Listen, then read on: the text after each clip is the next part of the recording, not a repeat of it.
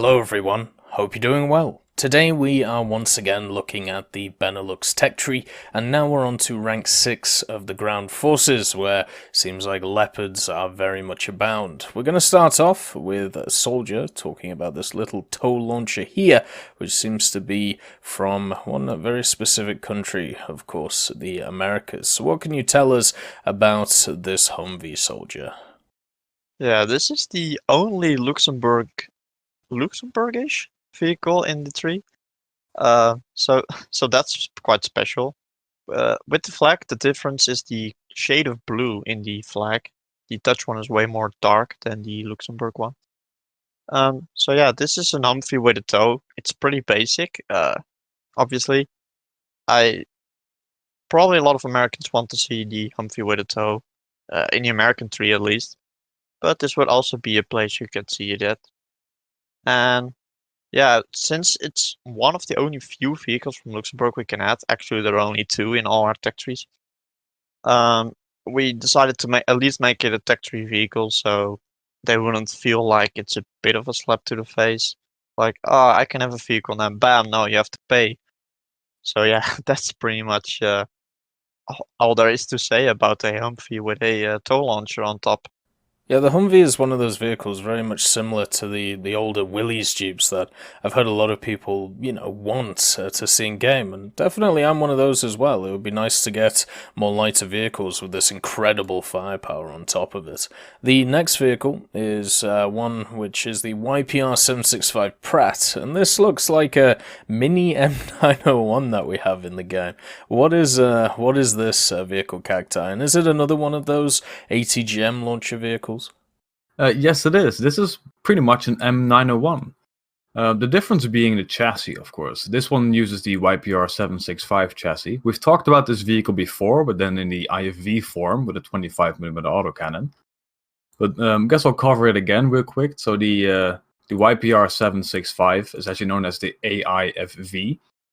And this was a further development of the M113.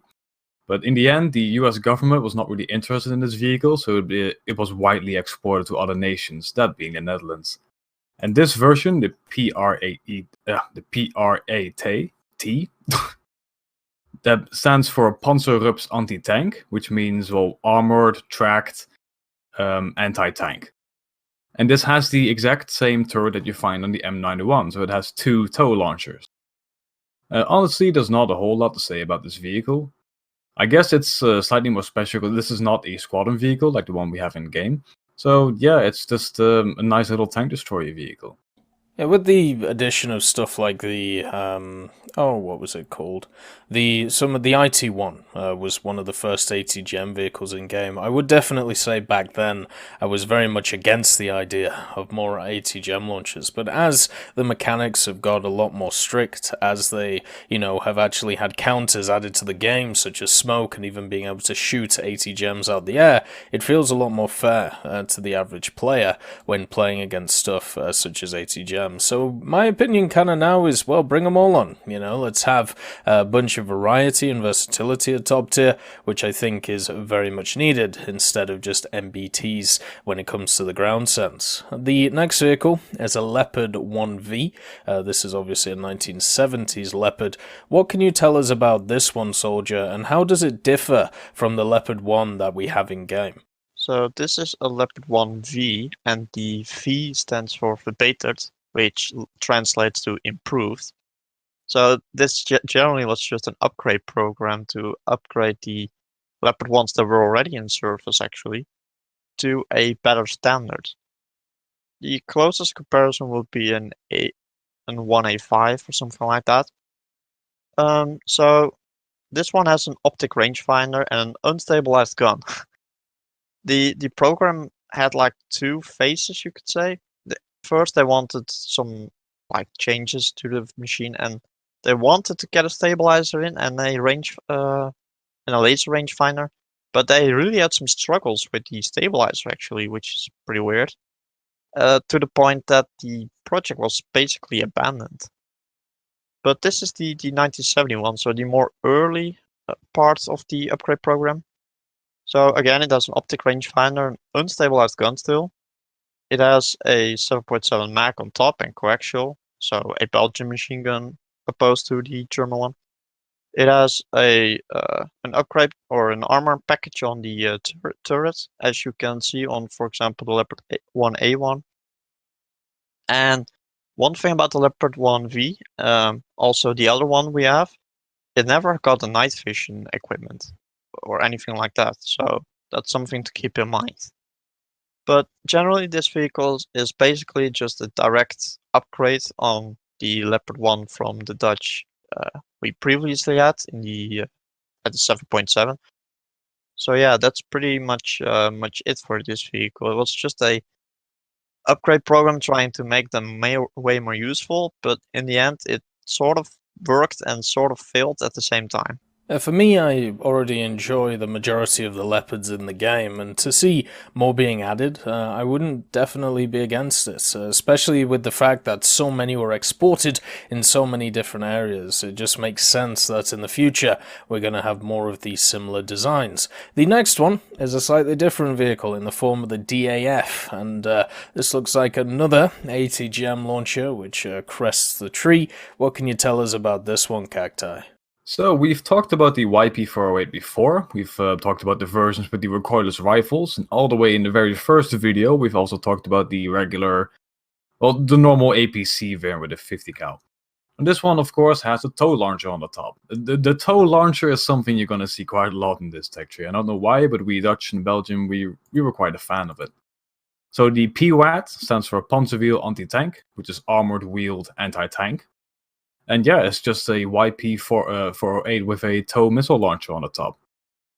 It does not have any machine gun mount, sadly, so you only have the tow, which does limit it a little bit. But in the end, I think this will be a very fan-favorite vehicle. It's fast, it's mobile. The top speed is right around 82 kilometers an hour. That is on the road, though, keep that in mind. So yeah, the crew of this vehicle is just a driver and I guess a gunner and a loader, so it'll be around 3. So it'll just be a very nice light vehicle that a lot of people will play, if you ask me. Yeah, I definitely think so, especially if the speed is up to snuff, which is mainly a make it or break it when it comes to those type of vehicles at higher tiers, and not just the firepower. Then we have the Cheetah, the PRTL GWY. I think we'll skip this one because it's very similar to the PRTL CA1. We were talking about this before recording, and the way that the two guys talked about it was the fact that it just had an improved radar, meaning that it was able to get targets around a kilometer more than the other versions of it. So it would be a slightly better version, the same guns, the same general uses, and obviously means that it would be at a slightly higher BR than the other ones. The other machine that we're going to move on to, the AIFV, is over here. What is going on with this machine, Soldier? Why is it at such a high BR when it just looks like it has a 50 cal on it? Well, we in the previous video we had the AIFV with the Milan launcher, and that only had the Milan launcher. This one actually has a 50 cal and the Milan launcher, so it's a slight upgrade on it. Not too big of a deal, but it does matter. The .50 name is really just to make it clear that it has a 50 cal on it, whereas the Milan launcher version itself doesn't. So it's just that it does obviously not only have a 50 cal, but just a way to make it more clear what we're talking about, basically. But yeah, again, it's an AIFV, so different variant, so to speak, of the M113, and with a Milan launcher on top. So again, an anti-tank killing machine with a launcher on it. That would be, well, pretty nice to play, actually. Yeah, I agree, and as a fan of the Warrior in-game with the Milan launcher, it would be nice to see it spread to other machines around the place. Talking about something which definitely would be interesting as well, we got ourselves a Unimog, which is obviously in the event vehicle section of this tech tree. So tell us about this one, Cacti. What can you find from this truck of dreams? Yeah, all I can say about this is it's a truck with a Mistral launcher on the back. I think we'll talk about the Mistral launcher first. If you don't know what this is an anti-aircraft weapon. It has about a range of up to 6 kilometers, which is still not enough to kill Ka-50s, but it is a modern anti-aircraft missile, so it's fire and forget. And to have that on a derpy little truck like a Unimog, it's kind of a funny combination, if you ask me. The Unimog itself has a top speed of about 87 kilometers an hour. That is on the road, though, keep that in mind. 136 horsepower, so it's not really something to write home about, but it'll get around. I think this is just one of those very funny, wacky little, we have a military truck, let's put this anti-aircraft launcher on the top. I should also mention this vehicle is still in service. I don't know how many vehicles are still being used, but yeah, well, there's that. The reason for it being an event vehicle is just because it's a truck with an anti-aircraft launcher on the back. It's just a very odd vehicle to have. Yeah, and War Thunder should have a section for odd and weird and wonderful things. It's something that keeps the game fresh and also, brings people back. As somebody who's been playing the Type 75 a little bit, I can definitely say it's not the best vehicle in the game, but my god is it fun when it comes off, and I feel like that would be very similar to that experience with that machine. The next one is the Piranha 3C, which is just a wonderful name for a machine. Tell us about this soldier, and also specifically about this gun. Is it a 90? Is it an L7? What's going on here? This is a Piranha. If you don't know, it's a Swiss chassis or Swiss vehicle.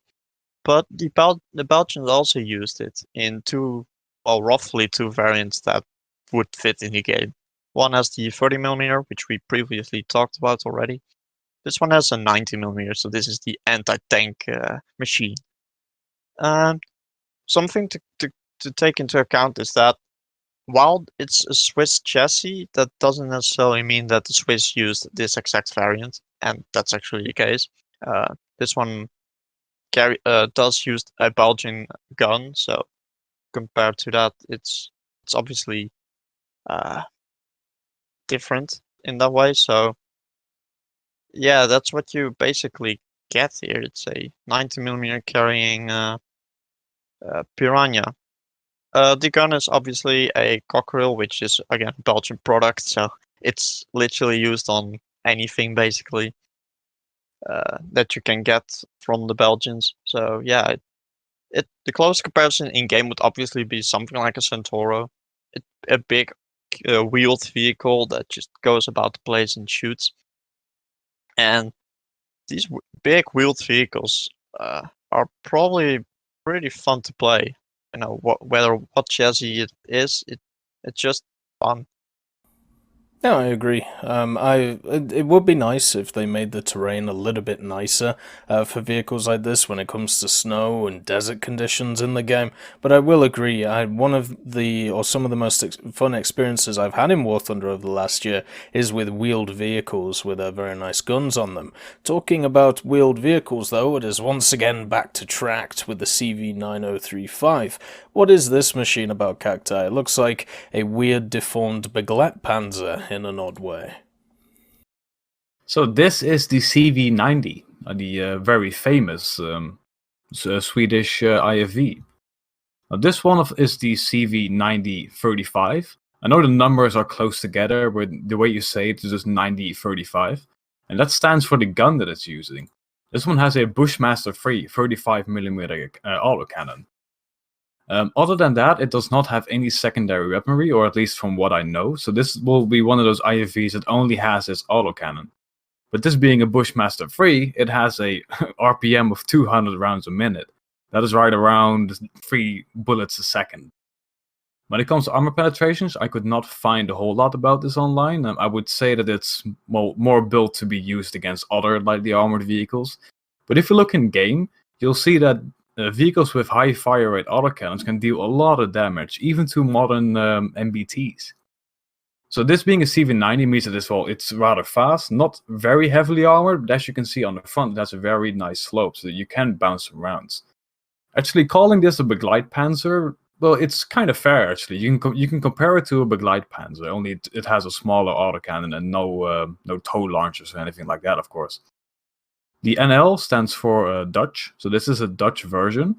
The main differences here are just, well, on the inside, just radio equipment, things like that, just to make the crews, well, what the crews are more comfortable with. Also, something I've heard, and I cannot fully confirm this, but this might be true. We Dutch people, we are very tall, like among the tallest people on the planet. And I believe that the CV90s for our military was slightly modified to be a bit more, that have a bit more room in the back. Because we are so tall, we had a bit of trouble fitting in. So I think that's another one of those funny examples where the Japanese don't like the US vehicles because they're too big, and we don't really like the other vehicles because they're too small for us. But yeah, in the end, I think 8.7 is a rather fair BR for something like this. A lot of people say that it will not be good enough, but I think a lot of people underestimate the power of a modern autocannon like this one. I think a lot of people do, especially when, we have a look at machines like the BMP and the Bradley even in game, which, are, I suppose, slightly less than modern, but they still have a hell of a punch behind them. And obviously, if you give it the right ammunition, that is going to be the main make it or break it factor for a vehicle like the CV90. The next set of vehicles is once again some Leopard 1s, but these are BE versions. So what are the differences between these version Soldier and what we have seen before? So the Leopard 1 BE is obviously the Belgian Leopard 1. Both the Dutch and the Belgians used it, so you get different variants in just two nations. This one is the 1974 variant. It has the same changes as the Leopard 1 BE 1968, but just a few changes on top of it. And one of that is the SABCA, or SABCA, if you want to say it that way, integrated fire control system. So it has a different fire control system than the standard Leopard 1, so to speak. And it also has a stabilizer this time. So the change is, as far as I know, in-game, not the biggest, because the whole fire control system is, well, it's a complex thing that in-game is not really represented too much. But it would be a fun vehicle, obviously, to have. It's somewhat better than the Dutch Leopard 1, so that's why it's also higher. And yeah, that's pretty much it for this Leopard 1 version. It's just again a direct upgrade on the previous one, and such a big difference that it goes up 1.0.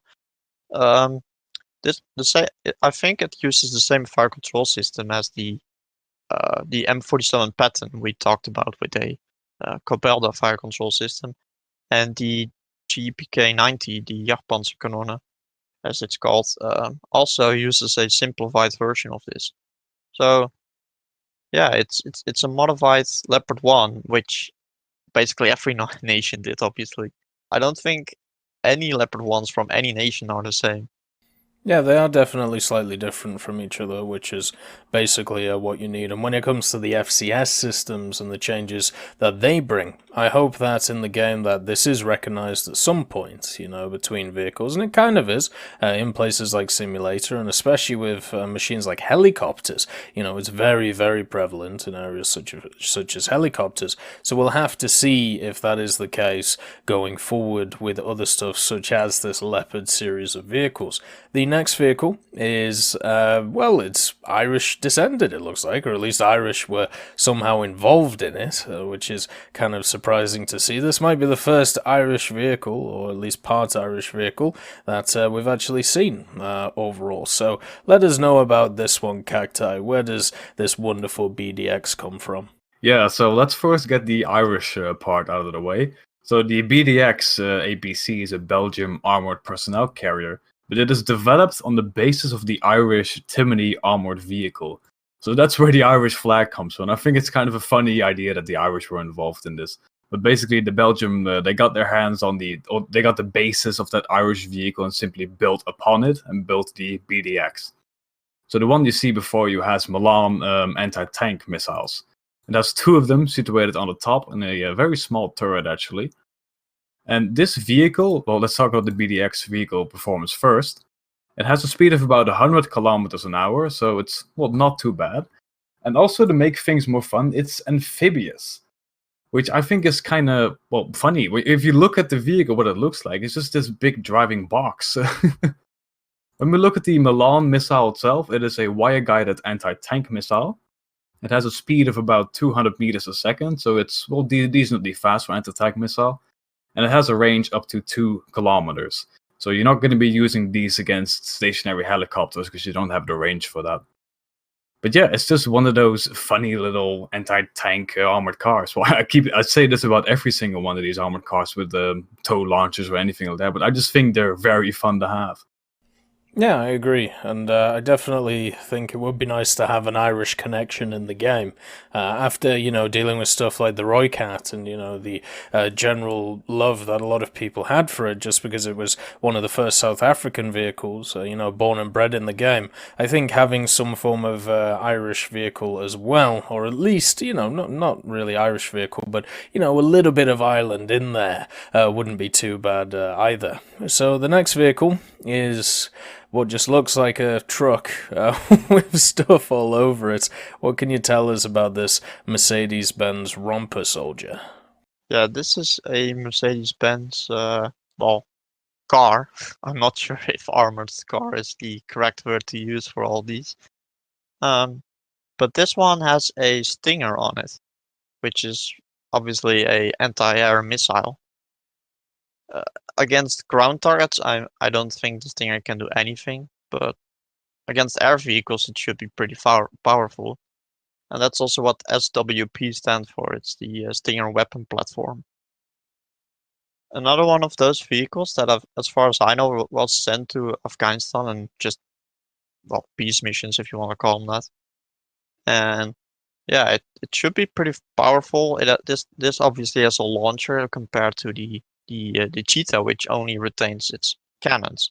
And while the Cheetah has a very good radar on it, actually a Dutch radar, that is so advanced the vehicle costs just a lot to have. This one has obviously a launcher to it, so in-game missiles generally perform better than cannons. So yeah, this one is just a sort of upgrade on that front. So yeah, it's another car, but this time it has a Stinger on it. I can just imagine running around the Dutch countrysides, just a crazy man in a van with a Stinger on the back and just everything going a little bit all over the place. It definitely feels like some of these vehicles are very similar to that idea, and I just want to say it definitely warms my heart just thinking about it. The next vehicle is labelled as a bundle vehicle, and it's another Leopard 1V. It's a 1983, so this is slightly different to the 1970s one. What is the difference between this and the one that we talked about before, Cacti? So the big difference is this one has a laser rangefinder and a stabilizer. So having a Leopard 1 with a stabilizer is a huge improvement. Other than that, it's basically the same as the Leopard 1V. And in case you did not really know, the Leopard 1V is basically equivalent of the Leopard A1A1. Actually, a funny little story about the Leopard 1V. We built these as the upgrade package of our Leopard 1s. And like Soldier said, the V stands for bettered, which means improved. But in the end, the tank was not really liked by the crews, and it was kind of a disaster to make the vehicle. So the crews actually start to nickname it the Leopard 1 verprutst. And verprutst is about the equivalent to messed up or fucked up, which I think is actually a really funny idea that the crew just named this. Yeah, it's just it was a failed vehicle, yet here we are using it. Now the reason why this one is a bundle vehicle, as we have in game, every single nation has some sort of a main MBT as a high-ranking premium vehicle you can buy in a bundle. And this being the BeNeLux tech tree, we thought we'd do the exact same thing.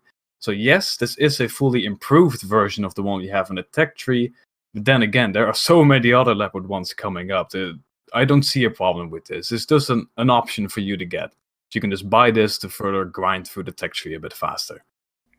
Yeah, I think if we take precedent from other tech trees, the A1A1L44, the MTCA, the AMX30 Super, I don't think too many people would have an issue with having that as the premium, especially since there are a bunch of other options, such as the Leopard 1BE, and so on and so forth. With the addition of a stabilizer and a laser rangefinder, though, that is a hell of a combination to have compared to its tech tree counterpart. Moving on to some more Leopards, these are Leopard 1A5s, which I hope at some point we do get a 1A5 in game. It's very, very odd that we don't have one, but you know what? Only time will tell when it comes to these machines. So this is the BE and the BE Mexus. What are these vehicles about, Soldier, and what is the difference between them? Yeah, as iconic as the Leopard is, we only have very few Leopards in game actually. But this one is a 1A5 indeed. Would be fun to have, but we don't in game obviously. This is the Belgian 1A5 variant, so to speak, the standard one in a way. So it has a Daimler-Benz engine, giving around 830 horsepower, giving it a max speed of like 62. Generally somewhat similar to the German one. Again, it has a 105 L7. It has two Mac machine guns, which is obviously a Belgian machine gun. One, well, coaxial and stuff like that. On the turret, it has some kind of armor package, but it's not the best again. But this one also has side skirts, and it also has the Belgian SABEC fire control system, or Cabelda, which we have previously mentioned. So this is the A5 variant with some slight tweaks for Belgium. Yeah, that's pretty much it for the first variant. Then we have the 1A5BE Maxus. This was a one-off machine that was, well, tested, if you want to call it that, or at least trialed, or, well, just generally experimented with a Maxus armor package. Now, Maxus is a armor package specifically for the Leopard, but perhaps you could use it on a different vehicle. And one of the users of the Maxus armor package was actually Canada with their Leopard C2s, but they had it on the hull and the turret, so they basically had it all over the machine. The Belgians, however, only tested it on the turret. So this one has more turret armor than the standard Leopard 1A5BE. But besides that, the hull is still, well, the same, so to speak. So it's just a bit more survivability on the turret front. So if you hold down somewhere, obviously you're way better.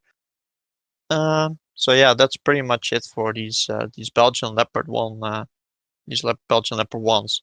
Again, only one of these with Maxus was made or fitted. So we even thought of it making it a premium, but it wasn't really necessary, as we already have a Leopard 1V and the SABEC, which we soon get to. So yeah, that's why it's here in a folder if you really want it. Yeah, I think it could work in a premium, or it could work in a folder. It doesn't, really matter too much, especially with the addition of stuff like the Gift Macarva Mark II. It seems like Gaijin are generally open to having even higher and higher BR premiums. I mean, we even have the Hunter in game, of course, which, of course, is the FGA. I think it's 9.3, something like that. I'd have to have a look again. But yeah, it seems like the idea is that there are open to it. So the next vehicle is the Cobra IFV Milan. Tell us about this little boy cacti. Is this pretty similar to what we've seen before, or is there something quirky about it? Well, here we see the return of the Cobra IFV, the Belgian-produced IFV. So this one has the Milan launchers as well, the same launchers we talked about in the previous vehicle, the BDX. So they're at the same BR. But this vehicle actually has a machine gun as well. So instead of it having two launchers on one small little mount, this one has a little bit of a single personnel turret with a 50 cal in it, and then the two launchers just smacked onto the side. So honestly, when it comes to the way you play this vehicle, well, it's just a long-range anti-tank platform. But at least you have the machine gun to sort of scout around to see if somebody's still alive. Yeah, in the end, the Cobra IFV, it's not going to be bouncing any shells or eating them. It's just, well, the rounds are going to go straight through, to be honest. When you look at the armor of this vehicle, it says it's more like protected against 105mm shell burst or small arms. But this is War Thunder we're talking about. Everybody's going to be shooting APFSDs at you, so this vehicle is not going to be surviving everything, but having 2 of those launchers in a small little dedicated turret, that is quite nice if you ask me. And also, I should mention again, the Cobra IFV is amphibious. So it's another one of those vehicles that can just get around in the more interesting ways. Yeah, you can float around, you can try and maybe on Kuban or something like that, where there is some water available. It would be nice once we get more vehicles like the IFV here, or, you know, some more amphibious vehicles, just to have some more options on maps for them. That would definitely be a plea that I would personally make. The next vehicle is once again in the premium section. This is the SABEX IFV. I hope I said that right. Tell us about this vehicle, soldier, and also what flag is that? Is that... No, that isn't Portugal. What is that? Yeah, this is the Sabier. I'm really not sure how to properly pronounce it, if it's like French pronunciation or, well, Dutch pronunciation, so I'll roll with Sabier for now. This was a joint development between Belgium and the Arab Emirates. They wanted a, well, tank, if you want to call it that, or whatever you want to properly name this, and jointly developed with Belgium. They went about a program to make it. Now this ultimately did kind of fail. So what this is they took the OF40, which is obviously Italian.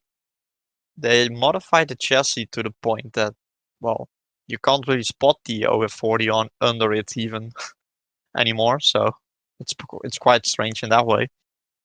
And the turret on it is actually a BMP-3 turret.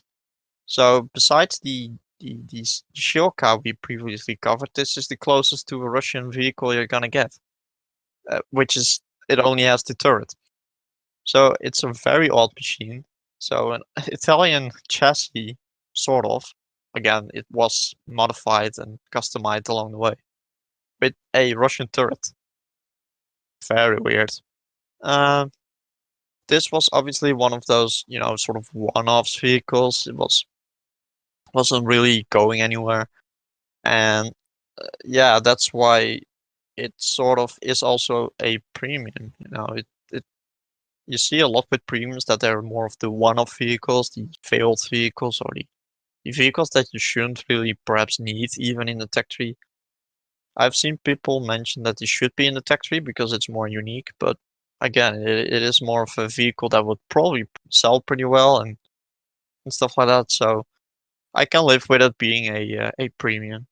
It's amazing to see how many weird and, well, not weird, but just different countries that are in this tech tree. It's nice to see a lot of them represented, and going forward definitely makes me happy to know that there is going to be a lot of, as I said, variety as before. The last vehicle we're going to be having a look at in rank 6 is the first Leopard 2 of the tech tree, and this is the Leopard 2 NL and also the 2A4 NL. Are these just very similar to the Leopard 2A4 that we have in game cacti, or is there anything which differentiates them? Yeah, when it comes to the way you're going to be playing these vehicles, they are identical to the Leopard 2A4 that we have in game. The NL naming simply states that of course, the radio equipment and the optic system will all change to what we were used to. Also, we changed the machine gun from the MG, I forgot which one it was, the German MG. We changed those to the 7.62mm FN mag. Of course, we've been using the mag machine gun a lot in our military for, well, a lot of years before we even got the Leopard 2, so we just changed the equipment to what we were used to at that point. Also, these Leopard 2s had a locally produced smoke grenade launcher, so woohoo, there's something special about it, the smoke grenade launchers, but oh well. I should point out, we have the Leopard 2A4 in game, but we don't have the Leopard 2. The Leopard 2 is actually more known as the Leopard 2A0. This is sort of like the pre-production version of it. I'm not too sure how we Dutch got our hands on this, Then again, we do collaborate with the Germans quite a lot, so maybe they gave us one Leopard 2A0 for testing reasons or something along those lines.